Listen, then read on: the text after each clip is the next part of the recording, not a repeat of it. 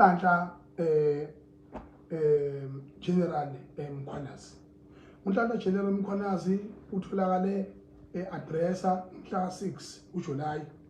Lo 6 July abe addressa ngawo uwona lo owenze disaster, and naye I believe ukuthi it was the last result. Ngoba thina labo baholi mina ngiphilile nawo ngibazi attitude yabo in and out. Ma ngabe umuntu nje oshibhile njengami kanje, they don't take notice of you until something unusually happens, then they react. And then nakhona ukureacta kwabo ba reacta ngokuzokumanage bese begijima beyochazela ama boss abo lezi phuphu lezi kakhongolose nabaholi laba bagcwele lapha beyiphuphu iduphunga lezi bese igijima sizothi I don't worry sir, don't worry mphathi is under control. Besho thina bethi we are under control. Beqamba manga bemisleader umholi ebebuka enye into yena ngapha ngapha ubuka enye into, uyabona. But they all know those are haters. Who is under control? There's nobody that is under control. Who is angry, and there is nobody is under control. Who have no economy, there is nobody under control. Who is hungry, and the state is being turned to a social welfare state, and is being looted by criminals. And for ukuthi uMkhwanazi aphumele obala ngomhla ka 6 July akhulume lento ayikhulumayo, for me personally ngiyamncoma kakhulu ngalokho. Umsizwa lobo kwaZulu sikubiza umsizwa leyo nto. Well done kwale Nkosi. Now indoda uyazazi nawe unamaphutha. Akekho umuntu ongenamaphutha. Umuntu mayiphefumula unamaphutha. Nawe unamaphutha akho, but okuningi okuhle sikubonile ukwenza thina. Sikubonile wenza uzinzo kwi province yethu, especially thina la commissioner khona kwaZulu Natal. Kodwa futhi ngeke ngisho ukuthi mina uyisokela ngalasici. Kodwa futhi angikwazi futhi ungakubongeli futhi ubuqhawe bakho ukuthi kuzosungulwa i-commission engasungulwanga uRamaphosa, i-commission kaNkulunkulu wele. This is a God commission. Madlangadlanga committee check in communication. Imadlangadlanga commission lena is the commission of God. It's not a commission that declared by Ramaphosa. Never. Amjad. Into engizoyisho mina iyodwa yokuthi how many commissions that we have had in this country. Truth Commission ubani ophathe ejele. Truth Commission umuntu wagcina ephathe ejele uyedwa.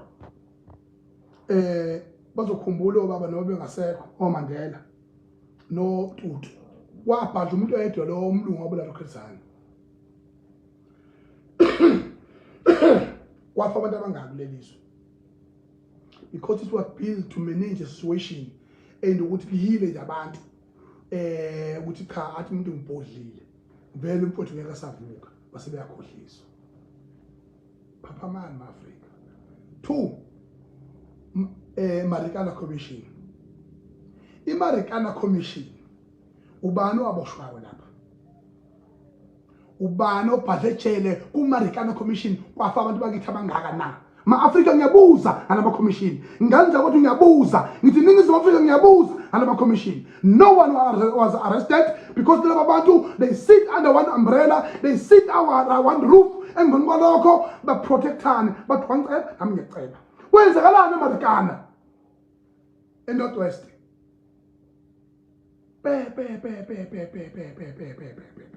Boshpala. The real gurus, they were never arrested. Next. Ngiyakutshela ngithi mina emveni kwalokho to fast forward kwaba ne-unrest kulelizwe. Kwaba neZondo Commission before unrest. iZondo Commission eyathatha 1 billion ukuhlala kwayo. Ozizi kodwa siphuzela nabo sidakala nabo ushwala nje. Kodwa baze bavuma ngisho ukuvuma ukuthi uzizi kodwa evuma ukuthi kwa transfer 800,000 kwi-account yakhe. Kwi-account yakhe wathengela imoto somewhere somehow. Ngikhuluma la ngepolitician eyavuma ifandwe guilty kwizondo commission. Kodwa any prosecution 0, any arrest 0. Ukwethe Mantashe kwazi kwayongisha emzini wakhe kwenziwe research yokuthi kunenkinga yokuthi kwaba nama development e-security okama camera lo muzo lo gishima amabhoko le Eastern Cape. Kara intuzuma ngesisu le ukwethe Mantashe. Wawaboshwa, wawa step aside 0. Umama uNomvula Mankonyane watholakala naye implicated kwizondo commission. Ibusasa was implicated kuzondo commission. Kodwa umastermind wakhona watholakala ekhululekile esentaze esebhakuza nankinga emvololoko kwathi ufile ubulawe icorona yamginqa phansi kwebridge. Imoto yayiphilela akunalutho kodwa umuntu ufile umngcwabo wakhe sasubone njengoba Sharp Clerk eAmerica sezwe kuthiwa is no more. We are being managed. We are being managed. We are being managed, South Africans. We are in danger and we are being managed.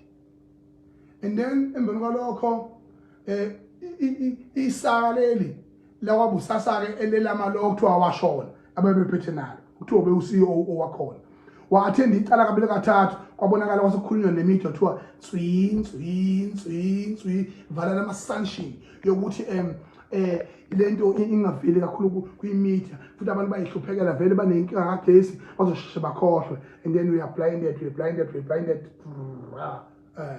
sakhohlwa ziphukuphuku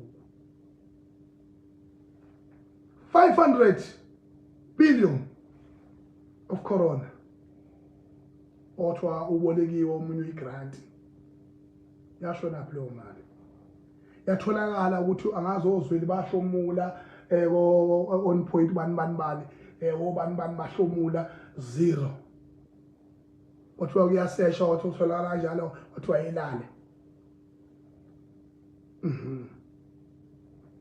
watholakala ukuthi lapha kwizondo commission kwi-state capture sakhona amagupta injini yokuluthwa kwalelizwe including indodana ka-former president uJacob Zuma, who was the center of all those things. Babizwa kwi-commission. Any arrest? 0. Yini ehlulukulaza lawa abantu bale India? 0. Is a wasteful expenditure that make no sense. Kwasuka lapho kwazongena isigaba se-commission okuthiwa i-Phoenix Massacre. La kwafa khona abantu aba more than 1,500, if not 2,000. Abantu abafala ePhoenix during the unrest bebulawa amandiya ebabulala ngoba ngihlala ngisho ngithi mina amandiya sijwayela kabi. Amandiya i-independent state within the state, independent country within the city of Durban, and independent country within the province of KZN. Even General Mkhonazi is not doing justice akuthiwa amandiya. Ukhuluma kwakhe nje eqonde kanjeyana kodwa ngamchallenge nasiqaleni namanje I'm still challenging him ukuthi lokuqonda kwakho nje lokuthulufulu kwakhe kanje uthini ngamakula avula 24 hours otops bakhona. Ama-drugs adayiswa njengenkobe lapha aphosela njengenkobe lapha njengeyimabuli akundaba zalutho. Amakula ne-army yawo ano reaction no KZN bani angeni lutho lapha naluyabulawa lushuphulwe kunanompulo kuphoswa kongisha abantu lapha ePhoenix. I-West lekukhalwa ngayo isupply i-Phoenix ngama-drugs. Iy'ngane ey'ncane elapha eBhambayi naseNanda bese zibulala abantu bese kuthiwa zonakele. Supply amakula amandiya because at the mastermind they've learned ukuthi thina siwikhe kangakanani, so they got all means of protecting them. That's why they are Hare Krishna.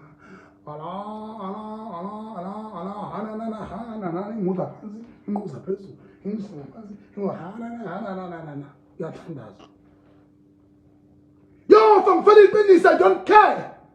You can kill me today. But let me say, I'm China. I'm not sorry food. I'm not that food. I'm in iPhone. I'm locating putting whoopee. Come, I'm waiting for you. I'm trying to clean so many much. abantu engidila nabo yilaba ontanga yethu bama-80s, yilaba ontanga abasilama bama-90s nama-2000. Can you imagine ukuthi i-system i-bloated kangakanani? How bloated the system it is.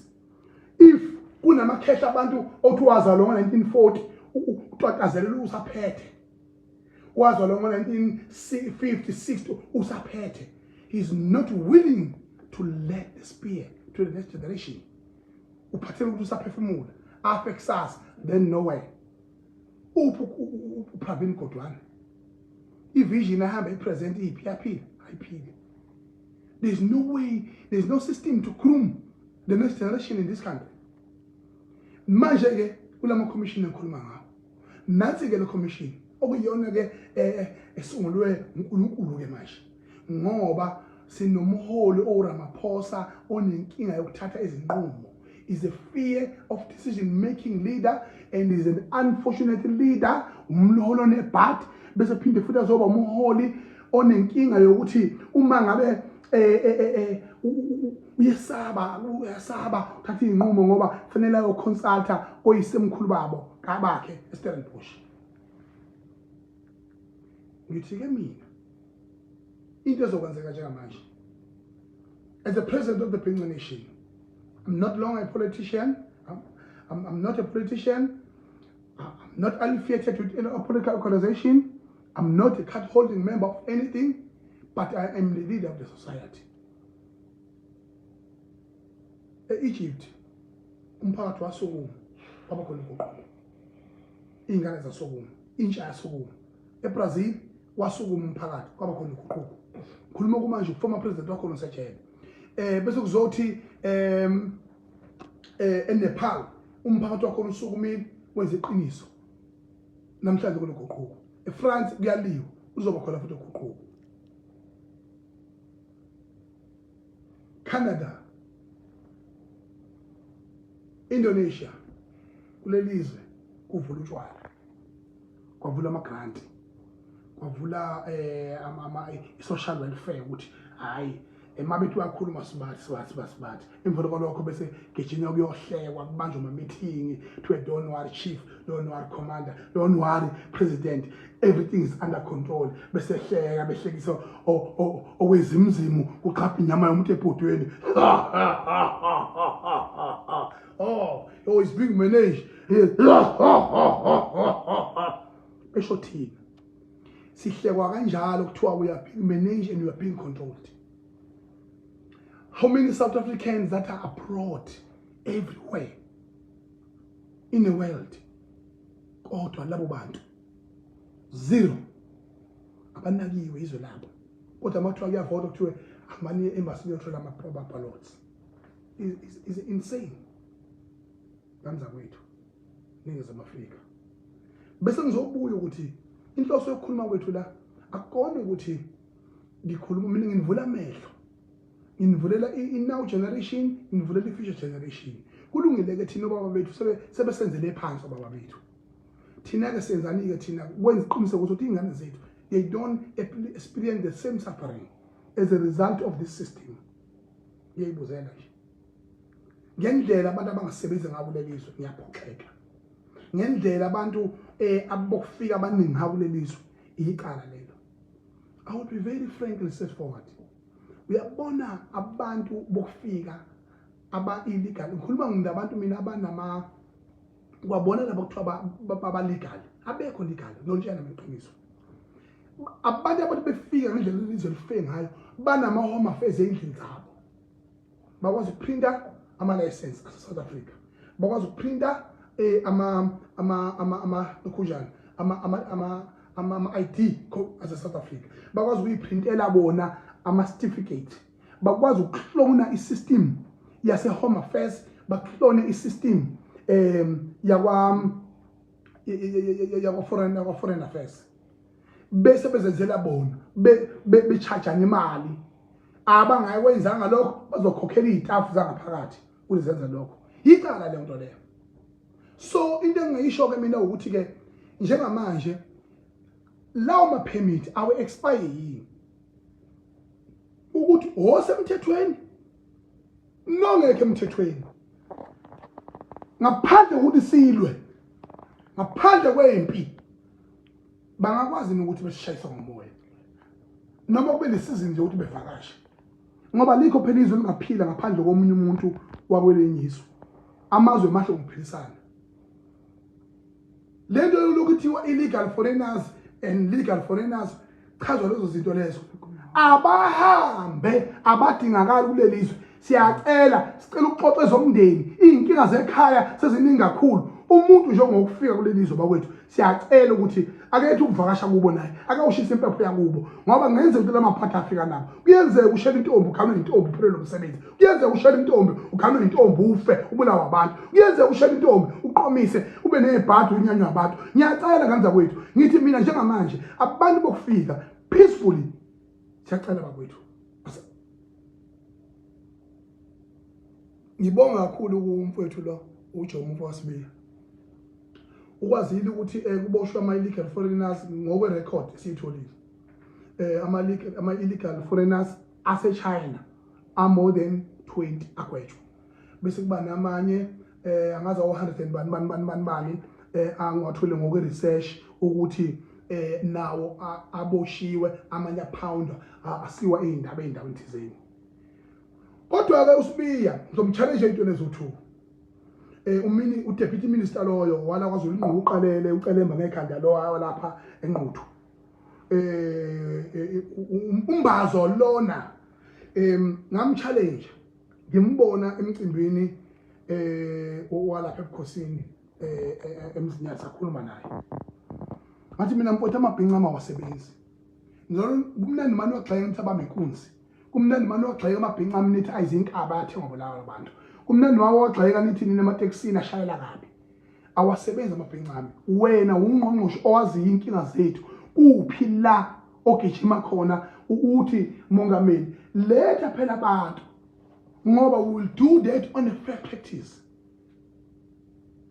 ngiqasha amabhinqa ami uNkulunkulu wami ingane zami ilambile nami ngubaba wenzana ukuthi umuholo wenzani ungabakhaleli abantwana bakho ukuthi abantwana bami balambile alaze kayithandi ngizozama noma ngabe u-1250 wamabhinqa challenging you ngithi mina promise is a promise ngithi mina ungqongqoshe kagesi wangithembisa ukuthi sizobonana naye silungise indaba sa-Friday sikhulume ngendaba ye-crisis South Africa ngicela sibonane naye nawe Jomo Sibiya as a deputy minister ngicela sibonane ngoba noma singangigxeka kanani kodwa izinto siyifuna kini ngoba yinini eniphethe istructure sokuphila kwethu unless the country must go on a 0 degree then we see how we survive just like old days siyolima emakhaya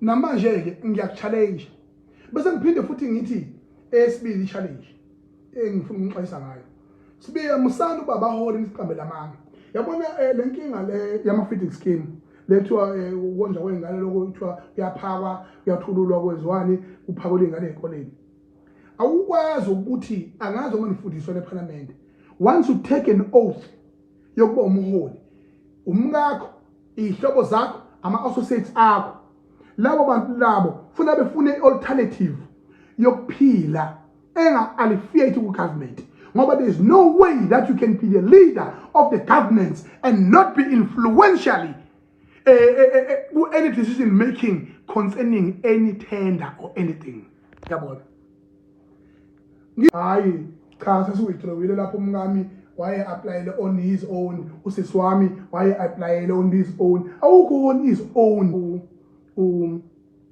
umfowethu uHlomuka umfowethu uHlomuka kokuyiphutha lokho akukhuluma ku TV namanje I still repeat and I'm very frankly about it ukuthi iyocimo ukhuluma lezo zinto ezikhulumayo akusebenzi namanje ethi ukhulumela uvumile umuntu something applies kuba uzwele imkhizi 2015 ezochaza ukuthi umkakhe waclimba igagasi wazowushola phezulu wathola itender ka-30 million yakwa-agriculture ku-national ayikho into on his own that is corruption kube kukhona omama bodayisa amagwinya bahleli ngaphandle ey'koleni ey'ndaweni laphana yini ngiphorisha labo bantu ama-co-op abo abantu abakwazi ukubonga abantu abakwazi ukuthandaza abakwazi uku-appreciate siyisizwe esibongayo siyisizwe esivumayo ukukhuliswa kodwa nina nibona ukuthi into efanele sifandele grant ninecala kulomphakathi 30 years ngisho umlungu wabulala uChris Hani i-freedom fight saphuma free manje, but we are still stuck in the dark of no economy. Nanza wethu, where are we going? Ubili umbuzo ngasubmit wasarenda kodwa kwayenza sense waba igugu lomhlaba kwayenza sense babonakala ngi South Africa ifuna ukubumbana yibe into eyodwa yibe kahle nje and then sadeclare emhlabeni jikelele wazothola ngisho iNobel Peace Prize. Niyangizwa? Angiphethe pen, angiphethe phepha. Khuluma the heart, khuluma inhliziyo, khuluma ubuholi, khuluma ubuntu, khuluma iqiniso. Nina mgodoyi ephathi ipish. Lento ngathotha ngiyazi nje. Kwenzakalani? Dororo. No economy. Kwaqatshulwana nabelungu. Abelungu benza sure ukuthi iWorld Cup yokuqala esayitholayo iRugby ngo-1995 ibase South Africa ukuze South Africa ideclarewe kahle ukuthi ngempela for the first time in history eAfrica sesithole i-Rainbow Nation country engenabandlululo ongacwasana kulona asikubanga umsindo ukuthi libe sibonelo nje South Africa emhlabeni jikelele. Wezi phuphuko ngiyahlanya izwe liyahamba emveni kwalokho kwabe igugu yawina futhi benza sure ukuthi siyayiwina futhi kwaxhawulana kwamnandi 1996 kwaxhawulana kwamnandi sawina iAfcon kwabonakala ukuthi hayi cha impela hayi uJesu uyile uJesu ekuphi uJesu lutho uphila wathola khona kuhlangana khona kukhulunywa ngomnotho sanikezwe uhulumeni uhulumeni mayisinikezwa yena lo uhulumeni akazange abe lokhu into eyenzekile kwaguqulwa lelizwe laba i-social welfare state. Into ke eyenzakala njengamanje ngamza kwethu to be straight in the point ngizokhuluma ngodaba olubalekile. Ngizoqala ngokuthi ngibonga kakhulu kumphakathi waseVryheid ikakhulukazi eMondlo ukwazi ukuthi uhlangane kanye nathi wenza isiqiniseko sokuthi uya lokhunja uyahlangana phinde futhi utoyitoye wenze ubulungiswa endaweni yabo ngoba sine problem eserious kulelizwe. Sinohulumeni operator ngokuba iambulance, unohulumeni operator ngokuba sicishamlilo, sinohulumeni wama emergencies, asinawo uhulumeni proactive. We don't have those leaders. If the certain voice is popular known as being a head voice, we're gonna use that voice noma kanjani. Ukuthi siyafa siyaphila asinendaba nalokho.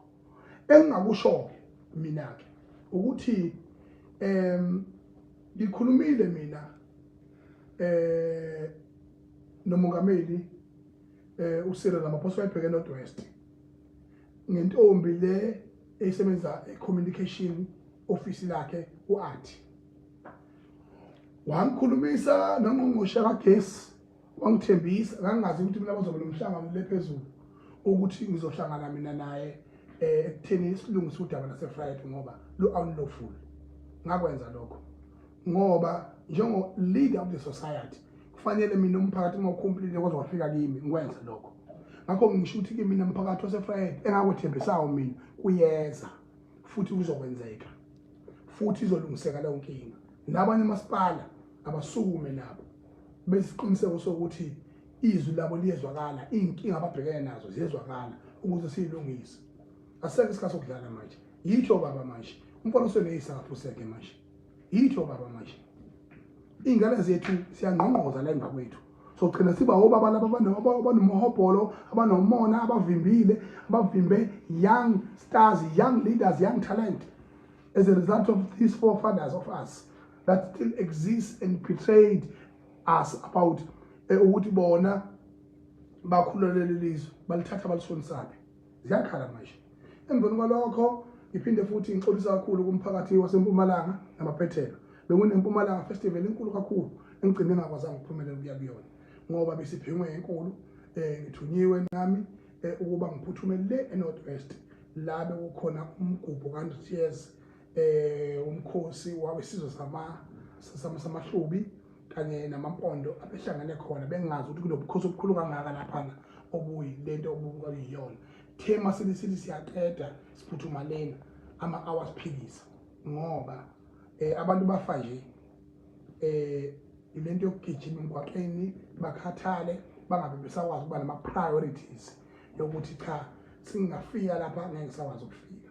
Ingxolo enganza ukuthi angiyena umuntu omenywa angafiki kodwa-ke ngelinye ilanga kuzolunga. Kodwa ngibonile ukuthi umcimbi waseMpumalanga uhambe kahle kakhulu futhi sinabaphathi bakhona siyahlela futhi ukuthi yonke into yakhona ihambe kahle nangonyaka ozayo Dr. Mkhwebane Mzukulu sibabonile befika kumnandi kuhle kudelile. Hayi emayisana on his own yini le nto le eDuduzane wakwazi ukuyikhulela nje uyishonela phezulu nje kumagubutha on his own awuyikho into enjengaleyo is corruption unless ke nilegalize ke nithi ke ayike umuntu ke emangabe kukho ephethe unelungelo lika 10% njengakulamanye amazwe ko-America nobani bani yabo ukuthi unelungelo lika 10% uyideal suke isilile ya cha sakushayela ihlombe lokho phela usebenzele nabusizile yabo. So ke lezo zinto lezi azikho ukuthi labo ngqongqoshe abaningi kangaka abanamaplazi bonke abanezimali ihlobo zabo zonke zi-rich kodwa abahola malini.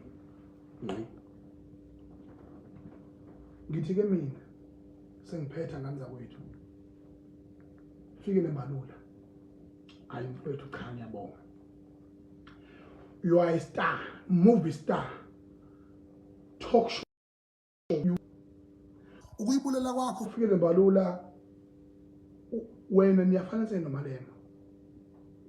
uMalema uyakhumbula ukuthi waye youth league walama wena welama uMelusi Gigaba one of the noble leaders and then emfeni kwalokho uthola ukuthi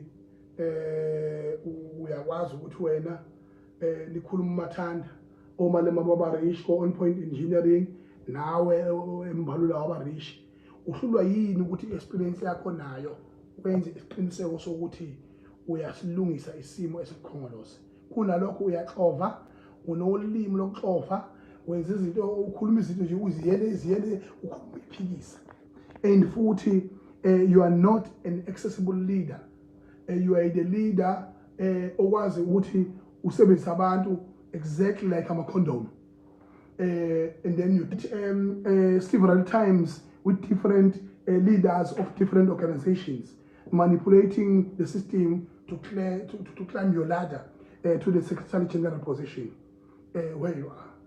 Uzuphupha ukhuluma nezintatheli usuku nosuku. Izinto ezirong lezo. Siyazi ke mina ukuthi iqiniso ufuna selikhulume elinye.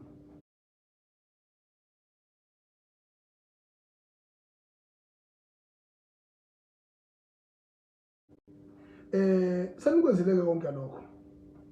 Sengikhulumile ngento kaBaba uZono uMkhwanasi noma simula ukungenyela namhlanje naye kule yakho mashena kaMadlangadlanga kodwa kukulento eyodwa engithi mina ngifuna ukuyixwayisa kulelizwe. Yebo sinenkinga impela kodwa asikwazi ungabi ilona izwe kuba izwe elingenazo imfihlo. Umndeni nomndeni unezimfihlo. Umndeni nomndeni uba nezimfihlo zakhona ukwazi ukufika abantu badonsa endlini uthi wena uzalwa yilo baba khangana nzalo wena lo uzalwa yilo uzalwa yilo uzalwa leyo system leyo ayisoze yaze yasisebenzela ngoba izinto ziyalungiswa ukuthi zilungiswa ngokohlelo. Ingakho kunemhlalandlini wakomkhulu kunegunundu lomndeni igunundu lokuqala negunundu lesibili bese kuba nelawo la iphela khona zonke izinto ngoba mangavela amaqiniso khona imizi ehappy kabi manje lidina njengamanje mangavela amaqiniso amanye angenasidingo ngempela ongashimisi kube ngisho operate kwezwe. Ngakho izinto kufanele sizibuke uqala kwazo nophethwa kwazo sikhule siba amadoda. For example funa uncoma nje lento eyenziwe uMasimula namhlanje ngimuzwe maye address lapha echaza unpack izimo khona iphuza lishilo wathi ke commissioners ngicela ungaqhubeki ngichazele I can't further explain that as a result of ukuthi I will be teaching others wangikhumbuza ubaba wami ukuthi how to commit and wenza ubugebengu wathi ke le nto ngikhumbuza ubaba wami engathi yena usengayenza iwunga ngithi mina yini wathi ngitshela ngifundiswa amaphoyisa hawu baba into ephethe kangaka wathi abantu njengamanje abaphoyisa angaza kufundisekile ngani ufuna ukukhuluma le nto uyikhuza uyigcine kanjalo uyichaze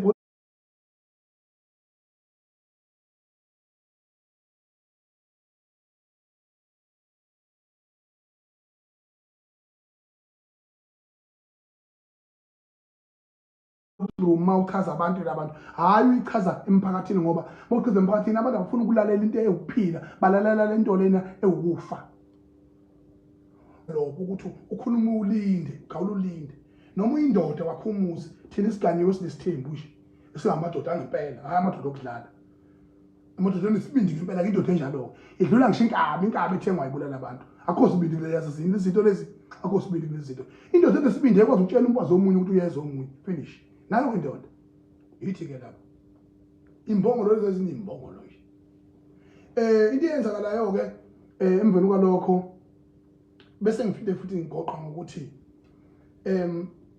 le commission isihlalile khona into ebuhlungu engifuna ukutshela yona ningezama Afrika nkana nani bosoma politiki niyakhumbula yini ukuthi emveni kokukhululwa kwalelizwe laseningizimu Afrika anikwazanga ukuba fair enough ekuthenini umnyama nize nisungula lento ethi uBEE bese iba nesystem yokuthi nizosebenzisana kanjani nabo ngoba phela amaqembu wezepolitiki ufuna umchazela mina ayahola kuhulumeni ukuthi akhona nje kodwa wona wayiholela ngalo mali ayithatha ibeke le asuka lapha azoyiholela ngemali ngabenza ama services kahulumeni osomabhizinisi njengamanje kuwo wonke ama political organization especially iIFP especially iANC ngifuna ukunitshela iqiniso lonke neqiniso lodwa osomabhizinisi onebhizinisi nohulumeni sebekhathele ukukhuthuzwa usopolitiki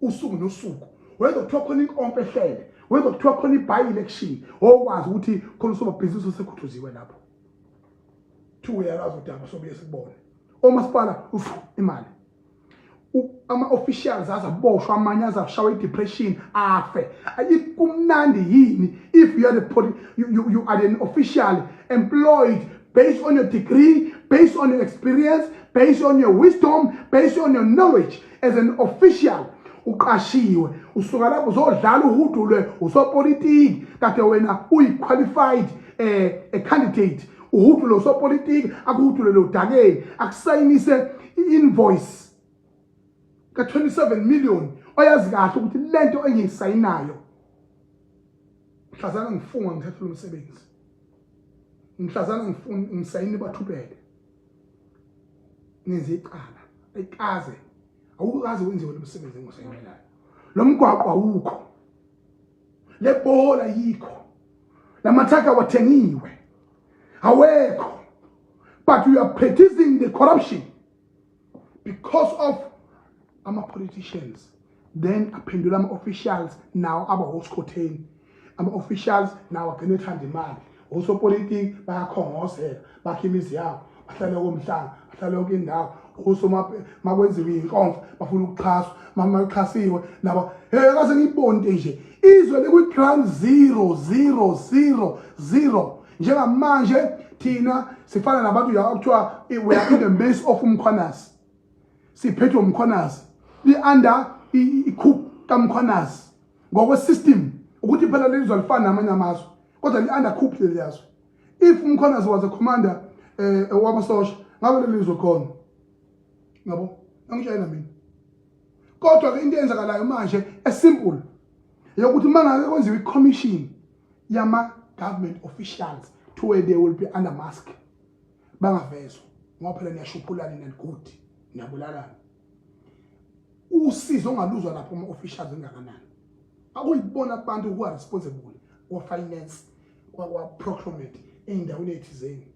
Usizo olungashiwe labo bantu, ubuhlungu obuzwayo labo bantu.